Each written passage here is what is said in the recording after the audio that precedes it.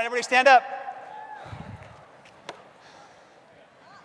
I'm going to send out a card with my face on a big stool. I love it.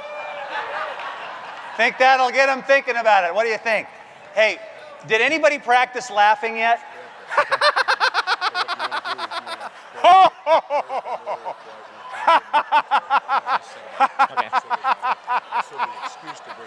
Okay.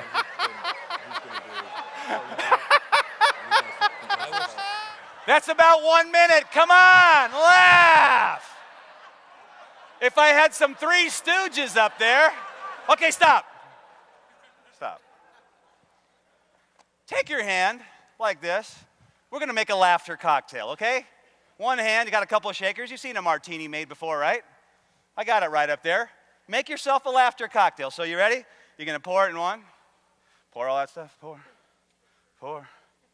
Pour it up. Shake it up. Shake it up.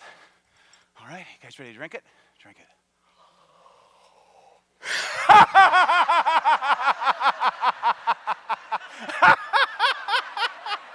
Oh!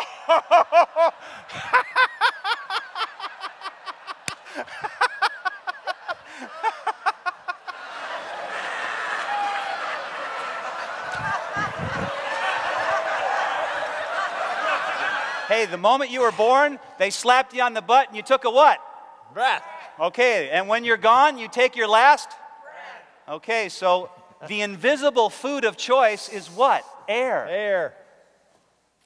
There's people walking around in the Himalayas over 100 years old because they've just been doing these breathing techniques. Do you know that in Qilao, China, there's a place that has about a 96% cure rate from doing these exercises 8 hours a day that you're learning?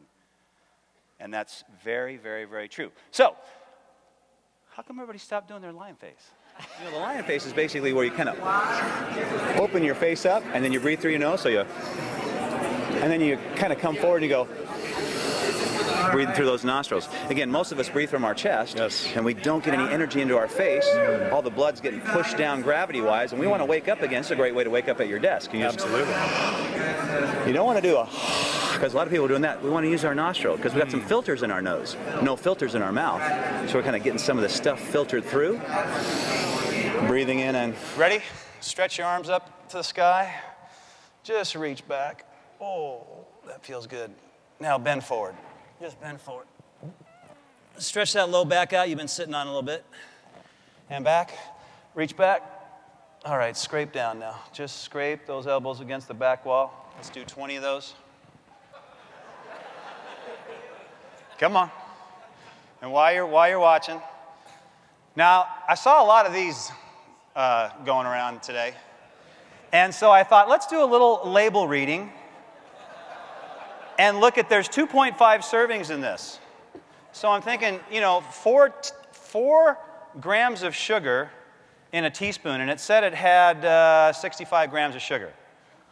So at 4 grams, that's 1, 2, 3, 4, 5. Are you guys done? Okay, let's do a little nostril breathing, please. So we got our hand on our forehead. Keep watching. 6. That's 7. That's 8.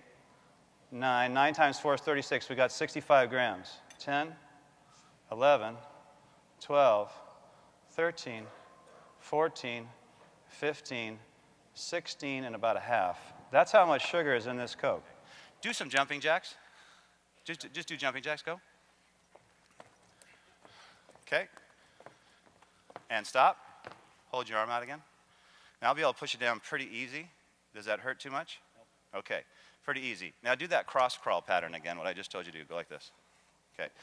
A lot of us do some mono exercising. You'll see that most professional sports teams do not do any jumping jacks any longer because what happens is you have muscle memory and we have this cross patterning movement. Go ahead and stop. You guys keep doing it. Go ahead and try it. You'll find out one side actually looks more goofy than the other. Don't let me push down. Go. Did he get stronger? Look at this. Are you stronger? Yeah. Totally. Okay. Go do the jumping jacks again. Go. And stop. Arm out. Watch this.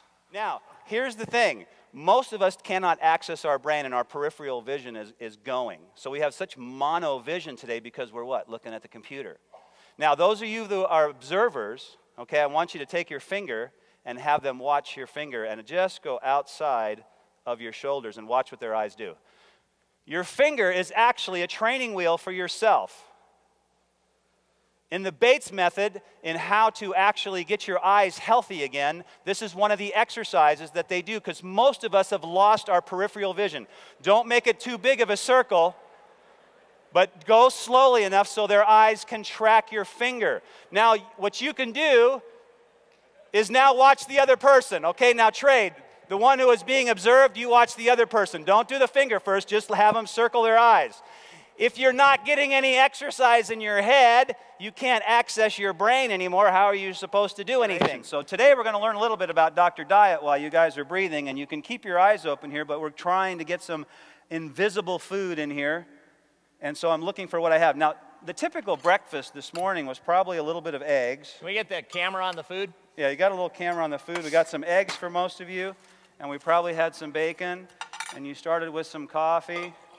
And then you had some potatoes, and you know, I don't have any bread in here, but I'm sure somebody had some toast. Pizza dough. And you probably just sat there and you chewed it all up, sorta. You probably talked to somebody over breakfast, and you know, you just got yourself a, right? And then you like didn't have a whole lot of time at lunch, right? Keep breathing.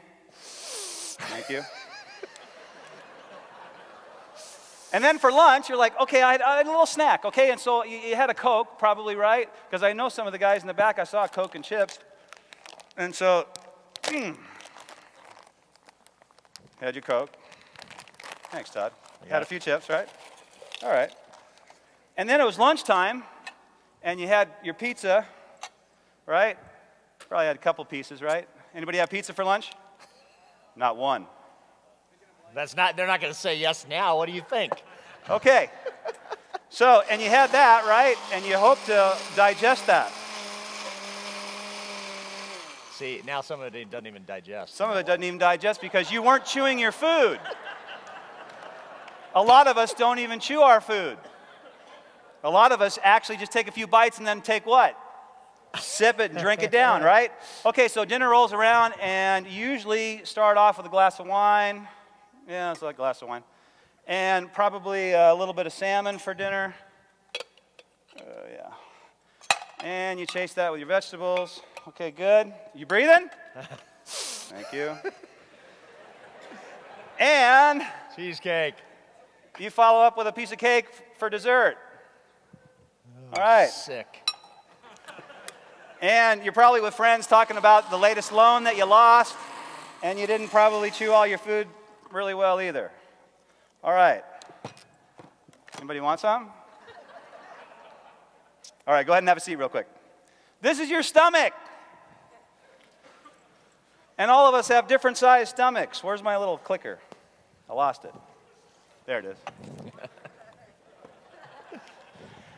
Now look at this. There is so much stress that goes on in our colon. So Dr. Diet is really your chief energy manager. You wonder why you don't feel so good because the stress of the food, because it was probably commercially raised salmon, it wasn't organic vegetables, it was eggs that were fed completely different.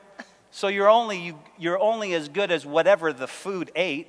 So you are what you eat, but it's really whatever they ate. And really past that, you are only what you can assimilate. And most people, they feel, how many people feel like a slug by the end of the day?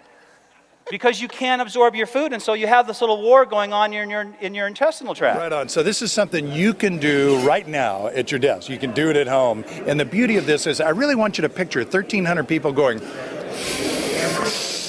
and then lion face.